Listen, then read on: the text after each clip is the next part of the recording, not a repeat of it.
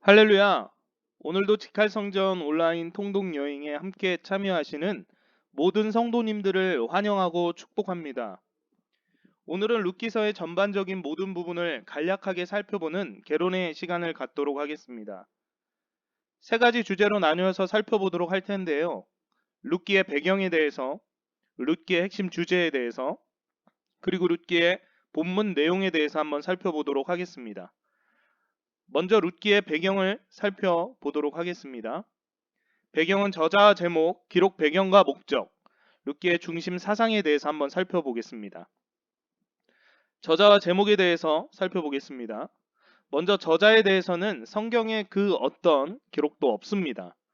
유대인들의 한 전승에 의하면 사무엘이 기록했다고 하기도 하는데 사실은 조금 타당성이 없는 주장입니다. 실질적으로 룻기의 저자가 이 책을 기록했을 시기는 다윗왕 이후의 시기일 것이기 때문이죠. 사무엘은 사실 다윗이 왕이 되기 전에 죽었던 인물이기 때문입니다. 책의 제목은 룻기서입니다. 이 책의 중심 인물이 되는 룻의 이름을 따라서 지어졌습니다. 룻이란 여인은 이방인이었지만 남편을 잃은 뒤에 보아스라는 인물과 결혼하여 다윗의 조상이 되고 또 메시아이신 예수님의 조상이 되는 인물입니다. 기록 배경에 대해서 살펴보겠습니다. 기록 연대를 먼저 살펴보면 룻기 4장 17절에 다윗왕이 언급되는 것을 살펴볼 때 룻기가 다윗왕 때 혹은 그 이후에 쓰여진 책이라는 것을 알 수가 있습니다.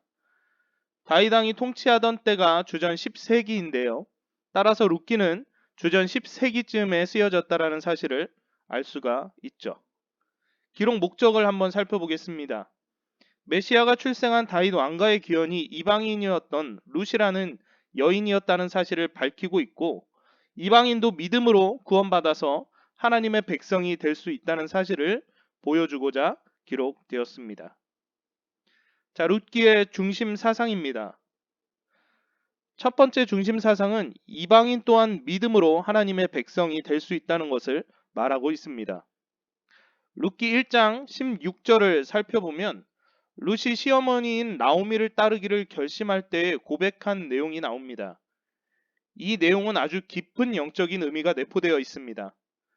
어머니의 하나님이 나의 하나님이 되리라는 신앙 고백을 통해서 구약 성서에 숱하게 드러나는 하나님의 언약의 핵심 내용이죠. 나는 너희의 하나님이 되고 너희는 나의 백성이 되리라는 이 언약의 구절을 연상시킵니다. 두 번째 중심 사상은 헌신적인 사랑에는 복과 상급이 따른다는 사실입니다. 룻기 2장 11절 12절을 살펴보면 잘 알 수 있죠. 하나님과 그리고 그의 시어머니인 나오미를 섬기는 룻의 헌신적인 사랑의 행위는 곧 하나님이 주시는 축복의 길로 이어진다라는 사실을 깨닫게 됩니다. 자, 다음 두 번째 주제로 넘어가도록 하겠습니다. 바로 룻기의 핵심 주제를 간단히 살펴보겠습니다. 룻기서가 말하는 핵심적인 주제 첫 번째는 사랑과 자비입니다. 룻은 룻기를 통해 시어머니인 나오미에 대한 사랑을 계속해서 보여줍니다. 그 사랑과 어머니에 대한 순종의 결과로 룻은 보아스의 자비를 맞이할 수 있게 되고 마침내 보아스와 결혼하게 됩니다. 그녀의 인생은 보아스와 결혼함으로 말미암아 한순간에 반전의 삶을 살아가게 되었습니다. 두 번째 핵심 주제는 바로 메시아의 조상입니다. 룻은 이방 여인이었지만 보아스와 결혼하게 되므로 다윗과 메시아로 오신 예수님의 조상이 되었습니다. 이와 같이 룻은 장차 그리스도의 구속 사역으로 말미암는 하나님의 복이 모든 나라들에게 임한다라는 사실을 미리 보여주는 인물이라고 할 수 있겠습니다. 자, 다음은 본문 내용을 살펴보도록 하겠습니다. 룻기는 총 4장으로 이루어져 있고 한 장씩 그 내용을 간략히 살펴보도록 하겠습니다. 1장입니다. 나오미의 슬픔. 사사시대의 유다 땅에 흉년이 들게 되자 엘리멜렉의 가족들은 양식을 찾아서 이방인의 땅인 모압 지역으로 이주하게 됩니다. 그러나 그 모압 땅에서 나오미는 남편인 엘리멜렉과 두 아들을 모두 잃고 과부가 되는 비참한 신세가 되고 맙니다. 이는 당장의 필요를 쫓아 하나님을 떠난 삶에 참된 평안이 없다는 것을 보여주는 것이라 할 수 있습니다. 1장의 두 번째 내용입니다. 바로 나오미의 귀향과 룻의 동행에 관한 내용입니다.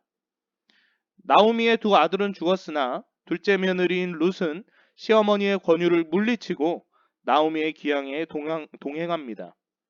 그녀가 자신의 삶을 살피지 않고 시어머니와 동행한 것은 시어머니를 향한 사랑의 마음과 무엇보다 하나님을 신뢰하는 마음을 가졌었기 때문입니다.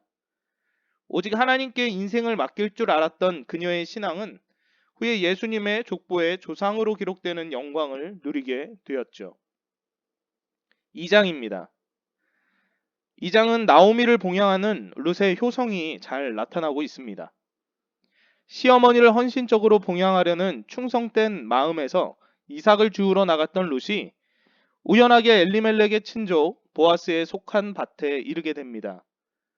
그러나 사실상 룻이 보아스의 밭에 이른 것은 우연이 아니라 시어머니를 선대한 룻의 효행과 이스라엘의 하나님 야훼를 바라본 룻의 믿음을 따라 복을 주시기 위한 하나님의 은혜로운 섭리였습니다. 나오미에게 특별한 친절과 자비를 베푼 보아스라는 인물은 사실 나오미의 기업을 물을 자였습니다. 3장으로 이어집니다. 보아스에게 간청하는 룻의 모습이 나타납니다. 보아스가 나오미의 기업을 물을 자라는 사실을 알게 된 나오미는 며느리 룻에게 목욕하고 기름을 바른 후 보아스의 잠자리에 몰래 들어가도록 지시하였습니다. 나오미의 제안에 순종한 룻은 보아스에게 들어갔으며 보아스에게 기업물을 책임을 이행할 것을 약속받고 돌아오게 됩니다. 자, 마지막으로 4장입니다. 보아스와 함께 결혼하게 되는 룻입니다. 나오미의 남편인 엘리멜렉에게 더 가까운 친족이 기업물을 권리를 포기하게 되자 보아스는 즐거운 마음으로 기업물을 책임과 그 권리를 이행하였습니다. 보아스는 기업을 물을 책임과 권리를 다른 이들처럼 포기할 수 있었지만 룻을 받아들임으로 믿음의 왕 다윗을 증손으로 가지게 되었으며 믿음의 조상으로 예수님의 족보에 오르게 되었습니다. 마지막으로 이 룻기를 통해 살펴볼 수 있는 우리의 신앙의 적용점들을 한번 살펴보겠습니다. 주님만을 따르는 믿음의 결단 뒤에는 하나님의 복 주시는 손길이 기다리고 있음을 깨닫고 환경이 우리의 마음을 빼앗으려고 할 때 더욱 힘찬 신앙 고백을 드리는 자가 되어야겠습니다. 나오미에 대한 룻의 효행과 선대는 현대인이 깊이 본받아야 할 점입니다. 우리도 룻처럼 행함이 있는 믿음을 하나님과 사람들 앞에 보이는 자들이 되어야 할 것입니다. 할렐루야. 이로써 오늘 룻기 개론의 시간을 모두 마치도록 하겠습니다. 내일은 룻기서 1장부터 4장까지 함께 통독해 나가도록 하겠습니다. 제가 마무리 기도하고 오늘의 직할선전 온라인 통독여행 시간을 마치도록 하겠습니다. 기도합니다.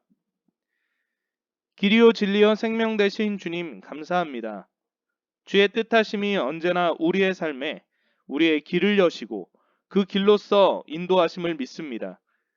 주를 믿고 따르는 이들의 삶에 언제나 넘치는 복이 임하게 하여 주시고 주를 의지하여 도움을 구하는 자들에게 긍휼의 손길을 베풀어 주시옵소서. 오늘도 변함없이 주를 묵상하며 천국의 소망을 되새기는 귀한 하루 되게 하여 주시옵소서. 감사드리며 예수님의 이름으로 기도드립니다. 아멘.